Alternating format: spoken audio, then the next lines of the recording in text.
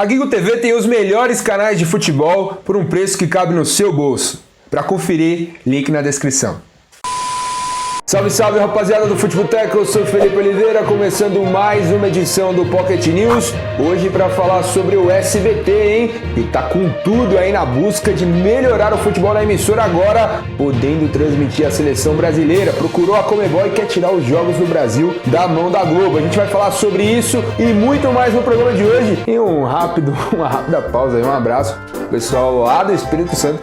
O pessoal tá andando com a minha camisa do Futeboteco por lá, hein, rapaziada? Que isso, a gente recebeu umas notícias aí essa semana.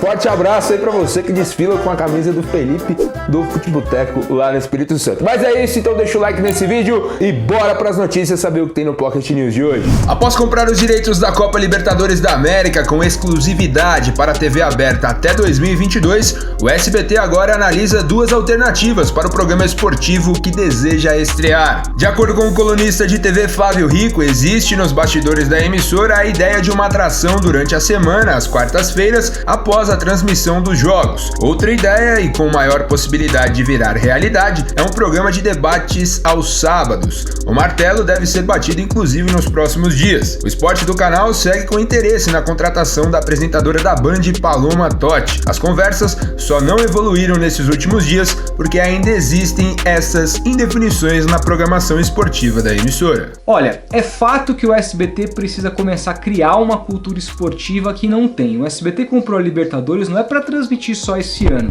é até o final de 22. Então ele tem muita competição ainda para poder explorar. Acho legal as ideias aí do programa de debate no sábado, do programa de quarta-feira pós-jogo, são ideias legais, ok.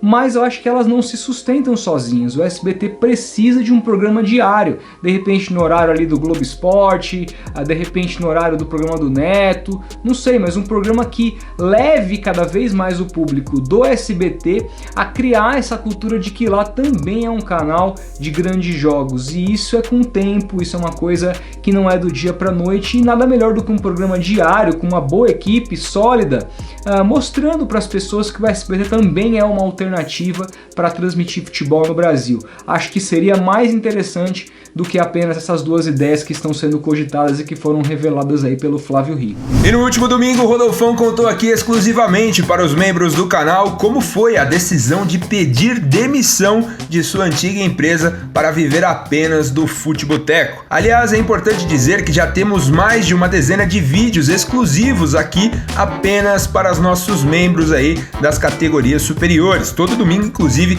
sai vídeo novo por aqui. O Rodolfão já contou sobre o dia que levou um esporro de nada mais nada menos que o Mauro César Pereira, ou o dia que foi ameaçado por Jorge Nicola, além dos bastidores de sua demissão lá na Máquina do Esporte. Eu também já contei algumas histórias de quando fui assessor de imprensa por um dia do Edilson Capetinha, de quando quase trabalhei lá na Globo, ou do dia que quase saí na mão com o Viola, entre outras histórias. Para conferir tudo isso, clica no botão aqui embaixo e confira aí os nossos pacotes de membros que estão com valores super tranquilos e você ainda ajuda a manter o Futeboteco no ar. Não é novidade que a Ferg quer o retorno limitado de público nos estádios do Rio de Janeiro, permitindo 30% da capacidade do estádio. No entanto, caso a decisão se concretize no futuro, os clubes cariocas devem perder dinheiro. Segundo a Máquina do Esporte, ela levantou os borderôs dos clubes e constatou que quando o público é abaixo de 30% da capacidade, os prejuízos nas partidas são muito grandes, especialmente de Botafogo e Fluminense. As duas equipes amargaram forte prejuízo em 2020,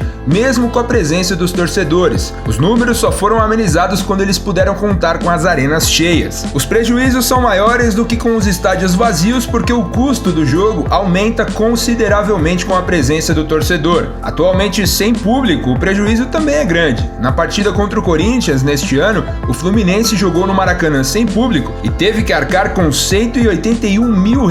O número assusta, mas em 8 rodadas de 2019 com público, o time teve que arcar com um prejuízo superior a esse. No pior dos cenários, arcou com 375 mil em partida com 11 mil pessoas no Maracanã contra o Santos. Sendo ruim para o clube, colocando o torcedor em risco, a pergunta que fica é bom para quem a volta de público nos estádios nesse momento? Pois é, Felipão, essa resposta é muito fácil de dar. Quem se beneficiaria com isso seria, obviamente, obviamente, a Ferg. É a única beneficiada porque a Ferg, ela não tem prejuízo, ela sempre tem lucro, porque ela ganha dinheiro não em cima da renda líquida, que no caso não tem renda muitas vezes, são prejuízos. Ela ganha dinheiro em cima da renda bruta, ou seja, os 30% de público que deram lá, deu um valor de X, ela tem porcentagem em cima disso. Portanto, ela sempre vai lucrar e é por isso que ela está brigando pela volta do público aos estádios de futebol, porque era uma mamatinha fácil para eles ganharem dinheiro. Ganham dinheiro sem fazer nada, não gastam com absolutamente nada. Os gastos são todos do clube, que vão aumentar muito esses gastos para poder ali criar uma questão de segurança para as pessoas assistirem o jogo. A galera acha que é fácil comportar tanta gente dentro de um mesmo lugar. Não é, isso gera custos, o clube tem uma série de custos que não estão tendo agora que arcar, embora estejam tendo prejuízos por conta principalmente do Maracanã, como funciona a questão do consórcio, etc e tal. O próprio Botafogo no Engenhão, que é um estádio difícil de administrar, eles estão perdendo dinheiro, estão em prejuízo sem o público, mas eles ano passado com o público tinham um prejuízo ainda maior por conta das baixas médias. Então só voltar o público agora não ajuda os clubes, não ajuda a saúde, só ajuda a maravilhosa federação. Então claro que não, né? E após adquirir a Libertadores, o SBT identificou um novo alvo para aumentar seu cardápio atual de direitos esportivos: os 8 jogos fora de casa da seleção brasileira nas eliminatórias para a Copa do Mundo. Apesar do custo ser alto, este é um pacote disponível no momento, pois a Globo não adquiriu os direitos. A emissora carioca já adquiriu as partidas do Brasil em casa e o confronto como visitante contra a Argentina. Quem quiser exibir os outros jogos tem que negociar individualmente com cada uma das confederações sul-americanas responsáveis por vender os direitos dos jogos de cada uma de suas seleções. Segundo o UOL, para tentar exibir os jogos, o SBT pediu ajuda da Conmebol e da IMG, empresa que negociou os direitos da Libertadores com a emissora de Silvio Santos. O SBT agora espera novos passos da entidade sul-americana. Caso consiga, será mais uma derrota gigantesca para a Globo. Olha, sinceramente eu não duvido de mais nada. Para mim não vai ser surpresa depois de ter adquirido a Libertadores se o SBT conseguir esses 8 jogos do Brasil fora de casa nas eliminatórias.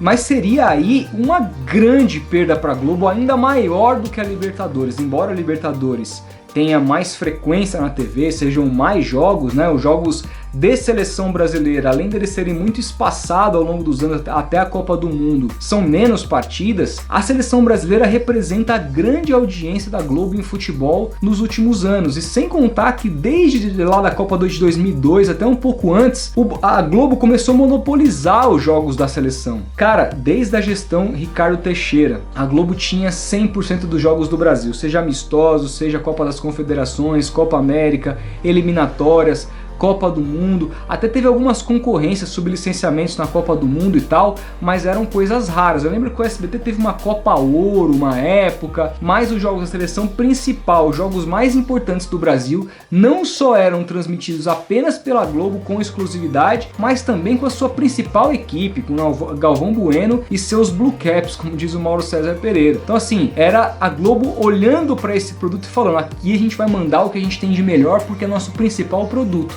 Se ela perde o Brasil num jogo de eliminatórias, que está longe de ser um jogo que não vale nada, vai ser uma perda muito sentida dentro da emissora. A pergunta que fica é: o SBT consegue fazer esse movimento, mesmo tendo aí perdido finanças importantes desde o momento que se decidiu a comprar a Libertadores? A gente deu aqui a informação que o Notícias da TV soltou em primeira mão de que o SBT promete demitir até 500 funcionários até o final do ano. Então a gente precisa ter um pouco de calma, são valores altos, tudo em dólar, mas a questão é: alguém duvida do senhor Silvio Santos?